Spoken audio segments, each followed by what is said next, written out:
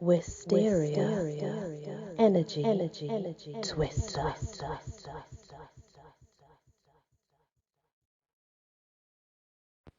Hello everyone, welcome back to my channel and to the encyclopedia of the fairies, the fae of the world. So we're now on the G's, Gabriel Hounds. So, in Welsh fairy lore, the Gabriel Hounds are a pack of spectral hounds prowling Durham, Lancashire, North Devon, Staffordshire and Yorkshire, England, led by the Archangel Gabriel when the wild hunt is underway. Described as being overly large and having red ears and eyes, their bodies glow eerily green or white. They fly through the air. Sometimes the hounds are said to have a human head. A Gabriel hound is believed to be created when an unbaptized baby dies. If seen hovering over a house, it is reputed these spectral hounds foretell death for one of its occupants. The Gahonga, known as stone throwers, one of the three types of the mountain-dwelling nymph, dwarf people from the folklore of the Iroquois people of North America. Gahonga live in rivers in rocky terrain. Remarkably strong, they are called stone throwers because they are fond of playing with boulders as a child would play with balls. Galar, one of the many dwarfs named in the Voluspa. Galatea, a sea nymph, meaning milk white. She was one of the Nereid, the daughters of Doris, and one of the Oceanid, and she lived off the coast of Sicily. The Galaxora, born one of the 3,000 daughters of the Titans Oceanus and Tethys. So she was an Oceanid from Greek mythology. There's two of her as well. Galeen, a sea nymph, calm or tranquility, the Nereid of the calm seas from Greek mythology. Galena, a sea nymph from Greek mythology. She was a Nereid of the rock from the Greek side of mythology. She was born the daughter of Nereus and Doris. Galley Beggar, a ferocious skeleton apparition from Somerset and Suffolk in the north of England. The galley beggar carries its own severed head while walking about, terrifying anyone who sees it. Yes, like the scream, like a banshee of Scotland, this is how this would scream, and it's very capable of freezing a man where it stands from its scream alone. Unlike the bull beggar of Surrey, England, the galley beggar seems to exist for the sole purpose of just frightening people. Most often, this fairy is sighted tobogganing from over Stowey to Nether Stowey, its head tucked right under its arm. The galley trot, also known as the hell beast, the swooning shadow, and the churchyard dog. The galley trot is a fairy animal from British lore. Typically said to roam in Bath Slough and Woodbridge, it is very similar to the Barghest and the Black Shuck, but it's described as looking like a shaggy, shadowy white dog rather than black, about the size of a bullock. Fearsome to behold its soulful and terrible howl is heard before it is even seen, typically in graveyards or along the side of lonesome roads. Apparently harmless, the galley trot is unable to actually catch anyone who chases it. Gan Kinech. The folklore of Ireland and Scotland, this solitary love-talker appears in secluded glens. A little man smoking, apparently, on a clay pipe. He casts no shadow, and a mist lingers near him. Birds stop singing when Gan Kinech is near. It is unlucky for a young man to run into this fairy, as they will then be compelled to spend all of their money of trinkets and presents for their ladies. Women find themselves seduced by his conversation, gentle voice and twinkling black eyes. If a maiden should ever kiss Gan Kinech, it will instantly disappear, leaving his victim to pine to death in his absence. Gandalf, magic elf, was one of many dwarfs named in the Voluspa, not not the Gandalf you're thinking. Okay, he was a dwarf in the Völuspá. Gandaya. The Gandaya are one of the 3 types of mountain nymphs, or dwarf people, from the folklore of the Iroquois people of North America. The Gahonga, there are 2 other spirits aside of it, but they're known as like a nature spirit, like the earth's fertility. They create dew cup charms and attract fruits and grains, and they cause them to bloom and sprout, so they bring life to the blooming, let's say. Gandharvas, also known as Gandhaba and Gandharvas. In India, the Gandharvas are a species of shy, small fairies living underground in caves. They are renowned for their amazing musical talent. Similar to the nymphs of Grecian mythology, the Gandharvas are male nature spirits of the wilderness, husbands of the Apsaras. They were created by Brahma from the stray droplets of water that created the gods and men. Associated with flowers and trees, they live within the scent of bark, blossoms, and sap. The Gandharvas are always described as being part animal, typically a bird or a horse, but they are always beautiful and artful dancers. The chieftain of the Gandharas is named Tim Baru. The Gangana. In the fairy tale, The Punishment of the Fairy Gangans, from the collection Les Cabinets de Fées, the fairy Gangana made an arrangement with the king and queen wherein their son, Bataldo, would marry her niece if she were to ever have one. And that's all it really says about that one. Gans.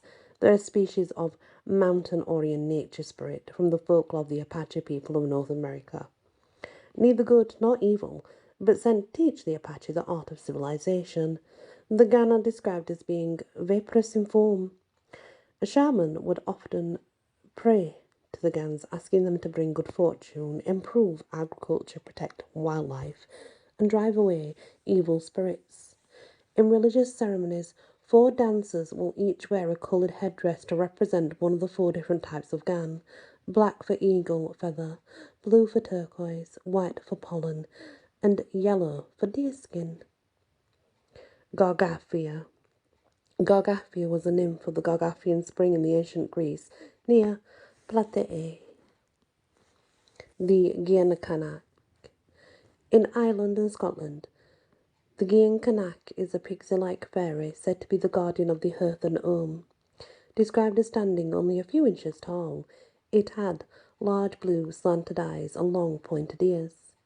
The Giancanak also was winged, but would rather dematerialise in one place and rematerialise in another.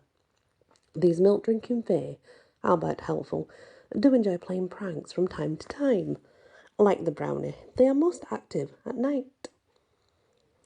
Gendurwa, also known actually as Setan as well, Setan, but also known as Gandharawo. It's Persian mythology anyway, and they were believed to be a type of haunting spirit, created when a person died in a violent way. So, whether it was benevolent or not, it was known to be a person at some point, and if they died in a violent way, it would come back as one of these types of fairies. The Genesta. Fairy tale Heart of the Ice, written by Comte de Queluz. The fairy Genesta took under her protection and became fairy godmother of a prince. On the day of the child's christening, he was about to have placed on him a dozen or more undesirable traits by an unknown fairy from a distant land, who claimed to have been slighted by the child's parents.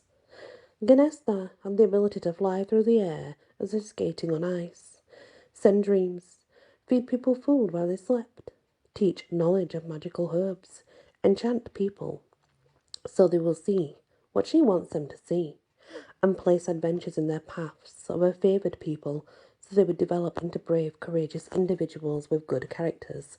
Kind of sounds like, yeah, well, it does, doesn't it? Kind of sounds like Cinderella, but backwards sort of thing. So, then we have the genie, and also obviously the genii is what they used to be called, and genies, but they're also known as jinn, and the Dianinga. That's all the name for the genie, I guess. From the demonology of the Mende people of Sierra Leone comes the genie. Originally, meant the ancestral spirits. Genies evolved into generic good or evil spirits, then nature spirits, and in some places, demonic spirits. They are described as looking like a person of Portuguese descent and being white-skinned. Genies live in the deep forest or isolated mountainsides, or wherever Islam is practiced. Genies have well-defined human emotions and passions. They are highly receptive to flattery and are notoriously fickle, a quality they especially share with the fairies of Europe. Genies have the ability to shapeshift into animals and people and are also capable of causing good fortune to enter into a person's life by use of their innate magical abilities. Occasionally, they will have sexual relations with humans or visit one while they sleep, but a genie will only attack when it is displeased with the personality of the men they it encounters. There is no formulated approach on how to deal with a genie who has been enraged, except to act boldly. If dominance is not quickly established, it will claim dominance and have power over you. If this should happen, to escape out from under a genie's power, a sacrifice of something dearly loved or treasured must be offered, such as the life of your firstborn son. If a person becomes possessed by a genie, a magical Mende ceremony must be performed. Genius cucullatus, also known as the Genii cucullatae. So Genii cucullatae, hooded spirits, so the species of nature spirits, which may have originally been now forgotten fertility goddess from ancient Celtic beliefs, but evolved into a masculine figure that appeared all throughout the Romano-Celtic region from Britain to Pannonia, particularly in Gaul and Germany. Described as dwarfs wearing ghoulish hooded cloaks, they are depicted in art and sculpture usually in sets of threes. The hood the fairy wears is sometimes depicted in sculptures as being overly phallic, further evidence that these spirits were associated with fertility. Traditionally, an exposed phallus is to ward off the evil eye, promotes personal fertility, and prevents unnatural deaths from occurring. The male genii cucullatae are associated with the supernatural world and believed to be invisible to the eyes of mortal men. Gentle Anise, also known as Gentle Annie. On the Firth of Cromarty in the Highlands of Scotland, Gentle Anise, the weather spirit, and hag who controls the southwesterly gales and winds in the region. The terrain of the firth is guarded against wind on the north and east by a tall hill, but a gap allows sporadic and violent wind bursts to rush through, earning the fae a reputation for treachery. It has been speculated by some folklorists the gentle Anise is probably the aspect of Cailleach, as her name implies an association to the Celtic goddess Anu, whose own origins lay in black anise of the Dane Hills. The gentry. The gentry are the shining ones. Sihi. In Ireland, the dentre, the Daonoisi, was a euphemistic term applied to the most noble of fairy tribes. They lived in the hills and mountains, described as being large, near 7 foot tall, and glowing with white aura. These fays were worshipped and shown a great deal of respect for fear of their wrathful retribution. They both sang and spoke in beautiful silvery voice. Some people hold the belief the gentry were the spirits or soul of their departed loved ones, while others felt these fae originated on another planet or another realm.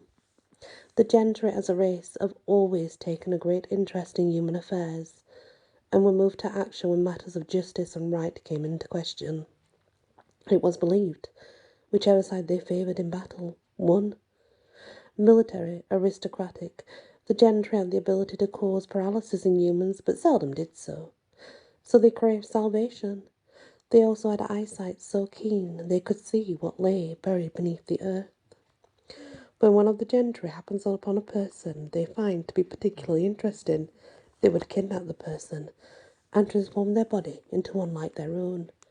This transformation was permanent, as long as the individual never returned home. The gentry stay eternally young and never die.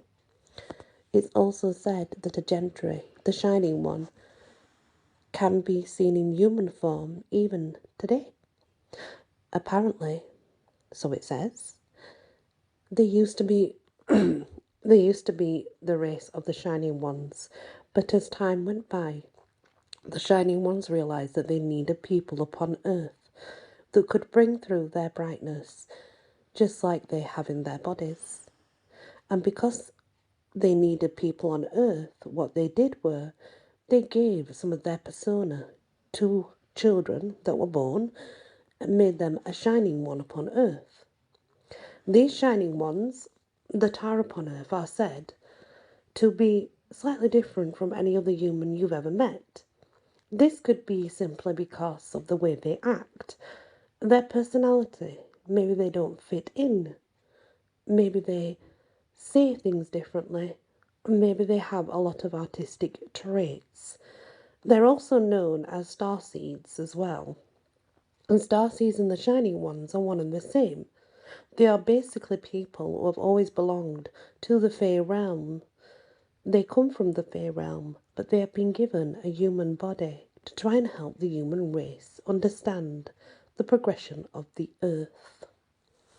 That's interesting. And the next is Goroid. Born the son of the Earl of Desmond and the Fair Queen Anne, Goroid was believed to live in an underwater kingdom located beneath Loch Gur. Once every 7 years on a full moon, he would emerge from the lake as a fairy spirit, mounted on a great white horse, leading a fairy cavalcade. Gur. In Norse mythology, the Gur, Covetus or Gride, it's one of the dwarfs, anyway, that created the prized necklace for the goddess Freya. And that is the first part of our fairies, our G fairies anyway. We've still got more to do, but I'm going to leave this part here for now, guys. Try and not make them go on as long as what the others do, because I know the others are a lot longer. But we'll continue with the G's when we come back. Thank you so much for listening. Please hit that like, share if you can, and also if you've not yet subscribed, please consider doing so. Many blessings. Wysteria, energy, twister.